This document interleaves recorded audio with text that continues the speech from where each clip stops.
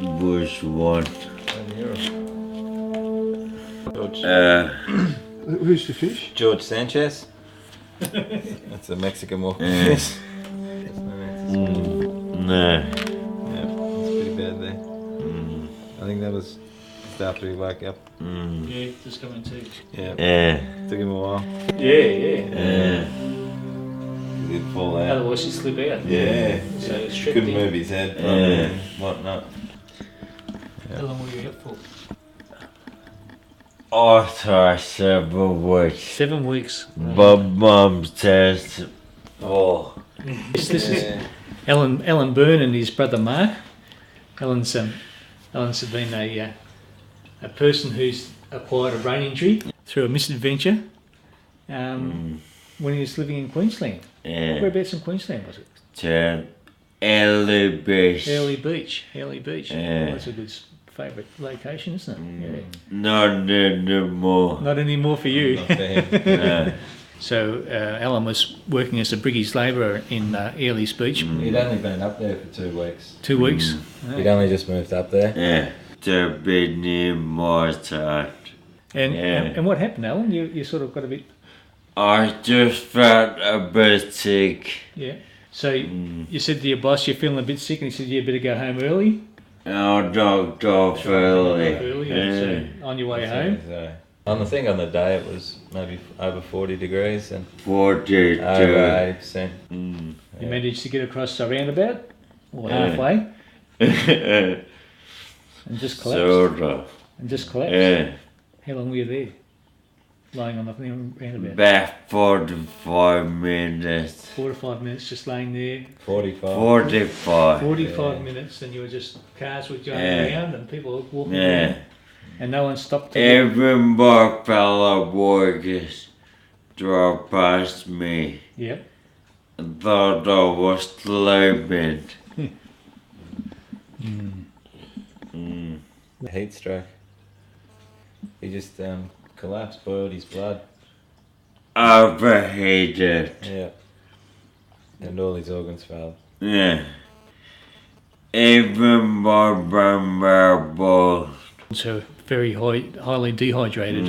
Yeah. What happened when the ambulance got you? They weren't sure what was wrong with him. I got taken to hospital,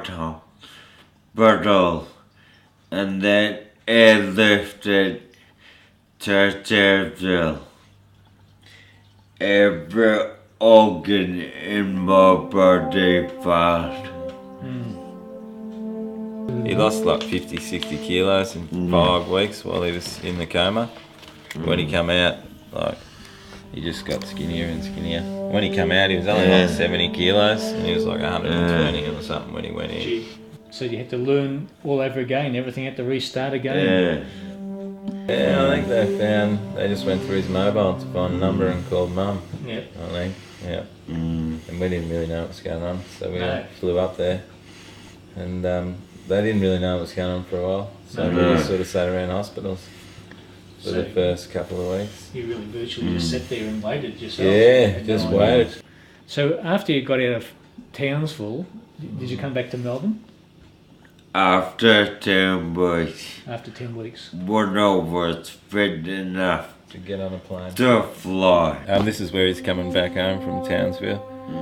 They were real worried because even there he couldn't hold his head up for too long. So, but he had to be able to hold his head up for the duration of the flight, or they wouldn't let him on the plane. Yeah. Yeah. And that was a bit of a mission. They had to take a few seats out Yeah. to get him back down.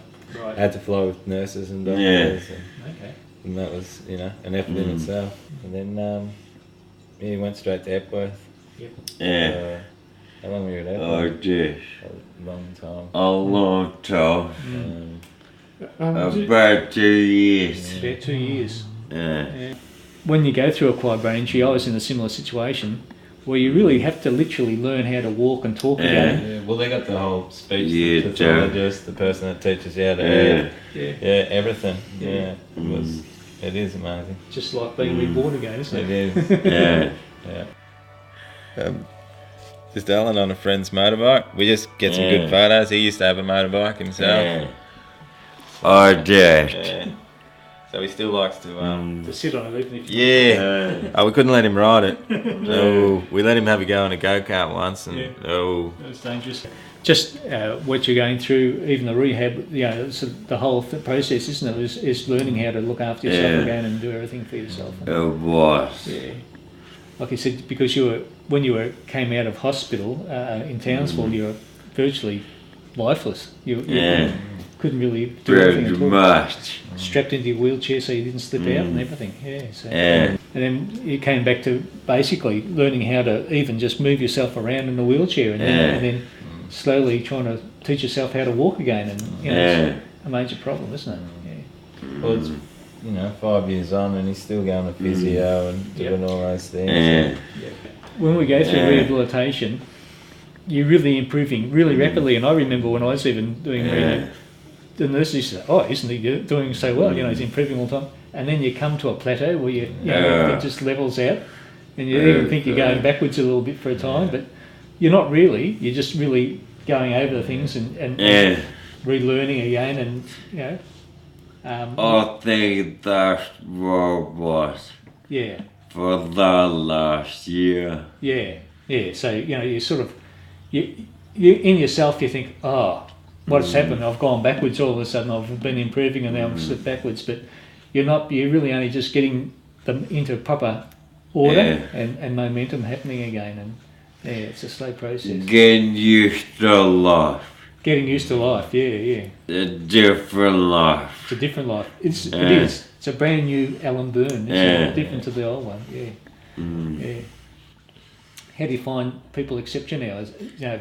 People treat you differently now to what they would have before your injury? Some people. Some people. Yeah. But not everyone. Not everyone, no. Mark doesn't. No. My family doesn't. And they're about the only ones who really don't. I mean, other people see you as a different person than what you were. Big question marks. Because even now, even though I'm fully recovered technically, but there's still people who think I've got a brain loose. I'm not altogether there. So it's just a part of life. You supported me. Yeah. You really need to have a lot of people around you and give you as much information as possible, and ideally accept the information that you're being given. That's the big one there. But he wants his independence too. So at least here he's got that, and we're just down there. So if he falls too heavily, you can always hear it down there. Anyway. So that's an added benefit of being able to live close to your family carers and having instant response. If you live totally on your own, who would sort of... There is no support for people. If he was by himself, you worry. Because he'd be in a nursing home or something with a lot of people are 40 years older than him. And that's wrong. Well, I guess the problem there, if he'd just fallen over in the street and didn't have any work cover, he'd most likely be in a nursing home. And he wouldn't have any support at all. It is very grim, and Alan's really fortunate to be able to have this home built, because otherwise he'd be part of the other group where they're trying to get young people living out of nursing homes. So this is the ideal sort of situation where he's got a unit very close to his carers, and they can keep an eye on what's going on, and yet ideally living independently. And we thought that when he was a few years ago, what had happened if we didn't have the work cover thing. And how would we probably wouldn't have even been able to afford him to get him back down. Exactly. Sort of thing from Townsville. Because I think that in itself costs $60,000 or something. Anything can happen. Anybody can have an injury, so you never know when you're going to need an ambulance. So that's a $60,000 trip. You would have paid for that out of your own pocket. I do most things by myself. Well, he made all his bed and all that this morning. Gets up and doesn't unlock the door really until all the house is sort of nice and tidy. I'll just go and sweep the bed for a second. That's me the job. Come to my place. He mops all these floors. He's got the vacuum. And do the bed give me. That's why we keep buying him pets and stuff. Yeah. Just to give him that extra bit of responsibility, something to look after, you know. Yeah, sure. Yeah. What other social things do you do outside the house, Alan? Where do you go? Physio, Physio. gym, Physio and gym. movie, Swimming. Yeah, yeah. All down at Cassia. outdoor sailing, Sailing. This is Alan sailing, I think, in morning down in Mornington. in the bay. In the bay there, that was competition, that one. Yeah. Yeah, it goes into competition sometimes. And you go to the group up there. It's a group called Brain Strength, and it's working with people with acquired brain injury. We all have acquired brain injury, and so it's initially it's a support group, but we're really developing skills and on trying to teach ourselves to do things again, and also then look for our own advocacy, to really improve things for ourselves. And so, Alan's really come a long way just in having this unit.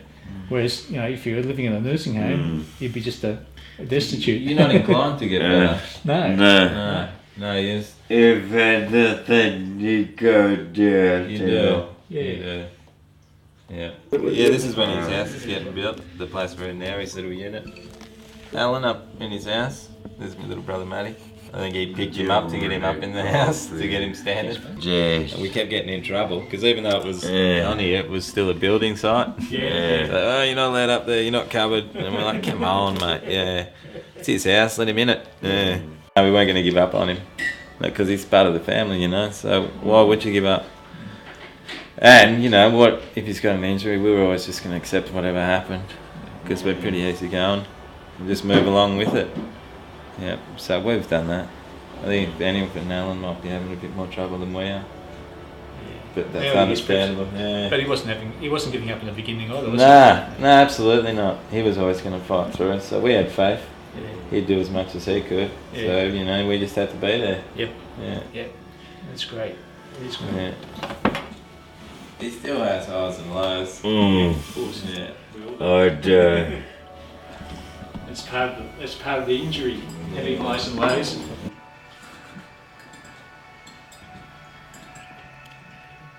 Of course, stand up, more not. Why not? Yeah, we want to see you stand up. Don't see it happen very often. No. There we go. That's all right, isn't it? It's easy.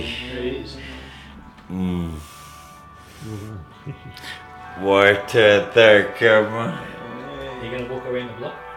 No. I can't do that. No, you can stand up. That's a good start. Yeah.